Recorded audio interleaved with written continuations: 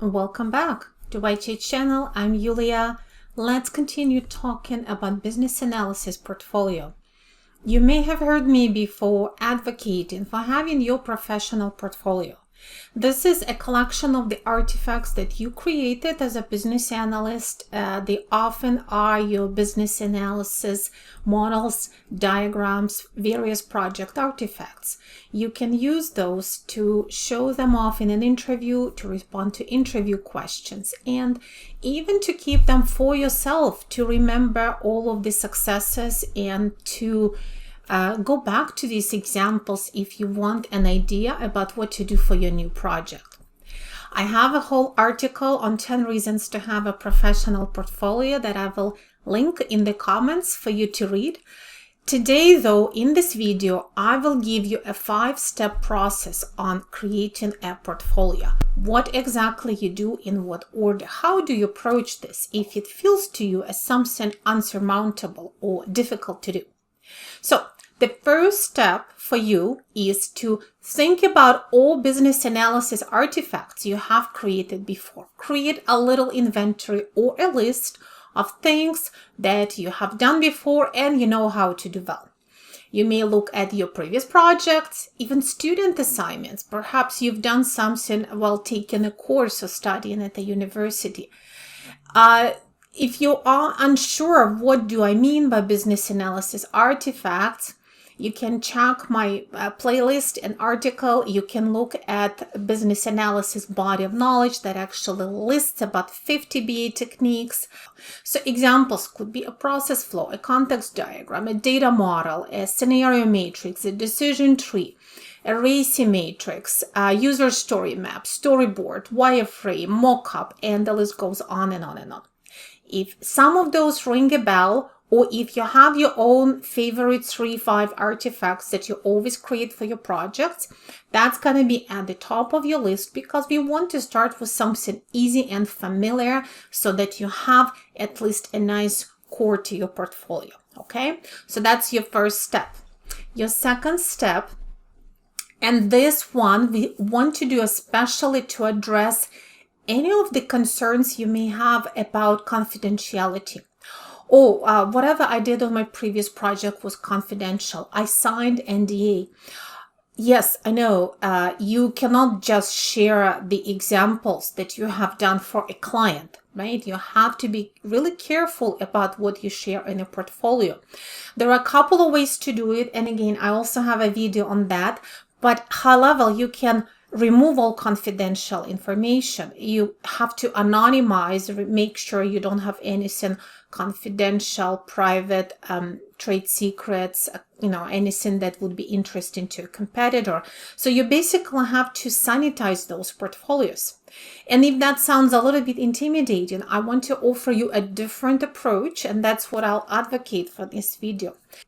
Create your portfolio artifacts from scratch for a hypothetical project. So your step 2 will be to select a hypothetical project from an industry that you are very familiar with. And that hypothetical project could be very similar to the project you have done before, but of course without any confidential or identifiable information. For example, you may have been working on a customer relationship management system implementation, order tracking system, new e-commerce portal, financial or accounting module, etc. Imagine that you are doing a similar project for a competitor, again for a hypothetical competitor, and that way you can create new artifacts that will not have any confidentiality concerns. Okay, now if you can't come up with anything, why don't you just check recent business news in an industry that you're interested in? Pick a story that describes a business opportunity or problem or failure or a customer grievance, and imagine how you would be working on a project to address that problem, perhaps to develop a new business application that will help that company better manage that particular process. Some other examples could be for example, customers abandon the company because of poor customer service. A project would be about improving customer service and providing some automation. Another example, a retail company purchases a logistics company so that it can bring deliveries in-house and reduce the cost of deliveries. So once you come up with an example that rings bells for you, that sounds familiar, that you feel comfortable with, then what you can do is you can create all your portfolio artifacts for this hypothetical project. Then your artifacts are going to be connected. You can use consistent terminology. You can allow your artifacts, for example, diagrams, to build one upon another, which will make things also easier for you. And you can make your whole portfolio look cohesive and attractive. At the same time, of course, it's peace of mind for you. You don't have to worry about sharing those examples. All right. So number 2 was come up with hypothetical project that you will use to create your artifacts. What is next step? Your step 3 is start creating the artifacts that you have put at the top of your list, those that you know well. So choose whatever tool you love, whatever tool you have access to that you're proficient in. Could be tools like Visio, could be cloud tools like Draw.io. PowerPoint could be your last resort. It's not that great in creating diagrams. Of course, if you have nothing else, you could use it, but you could also use free tools like Draw.io. I'll include in the link below that has really good templates and a lot of flexibility and will help you and will leave you less frustrated because it's just better suited for drawing diagrams, for example. So you pick your tool and you create those first 3-4 diagrams that you're really familiar with. Every single artifact has to be of amazing quality. It doesn't have to be too intricate, too complicated. Think about fitting that on one page landscape, because you might have to share that on screen if you are having a virtual interview. So clean up those diagrams, spell check, make sure they look good, consistent colors, consistent fonts, lots of white space, not too many boxes. I'll link in the comments my articles about best practices for creating diagrams, which are clarity, conciseness, and consistency. So go consult those articles if you need. Once your diagram looks good, PDF it. So create a PDF version, download it, and then we'll talk about where to store it, right? So after that, after you're done with a few that you're familiar with, you have the base for your portfolio, then you can think, what else can I add? What other artifacts can I include to supplement what I already have? Some ideas can come from those job descriptions that you may be looking at. If the job description mentions an activity that you're not very familiar with, research about it, learn about it more, and then practice creating a portfolio. That will give you 2 advantages. One, you can talk about it in an interview if you get an interview for that job, so you can explain how you would be able to do it. And 2, if you actually got the job, it would be easier for you because you have practiced it. You're not going to be doing it for the first time right there on the job. So how do you learn those new artifacts? You can watch videos, mine, or there's lots of other videos online. You can refer to various templates. And again, I have a few templates that I'm sharing. I'll include the links.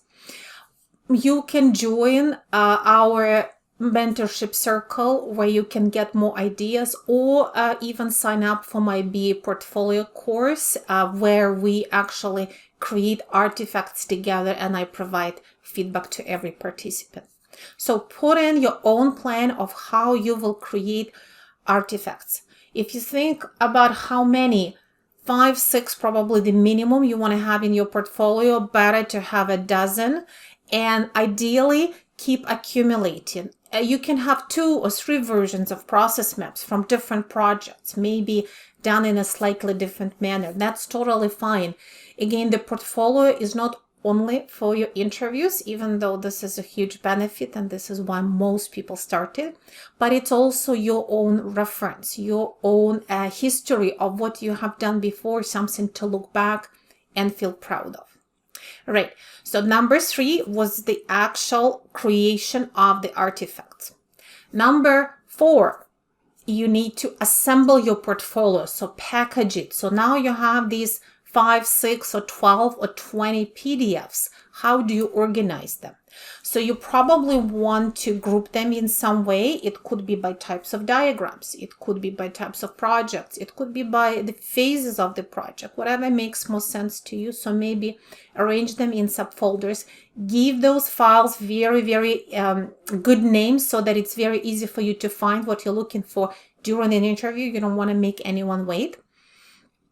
And if you think about what tool should you use to assembling and storing your portfolio, I have an article on it that I'll link for you, but broadly think about, the most complicated, it could be online. You can even create a mini website, and there are several platforms that have free templates where you can create your own portfolio. So I'll give you some ideas there.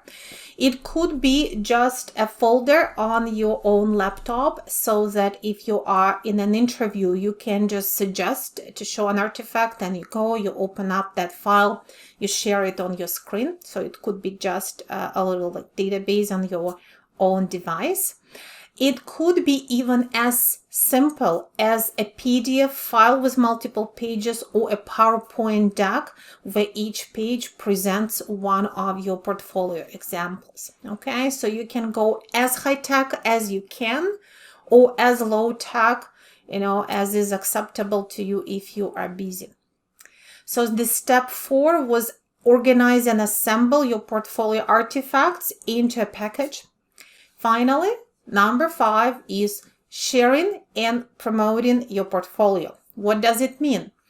If you have LinkedIn profile, and I hope you do, include the mention of your portfolio in the profile. And if you decided to keep your portfolio online, like in a public location, include a link to your portfolio.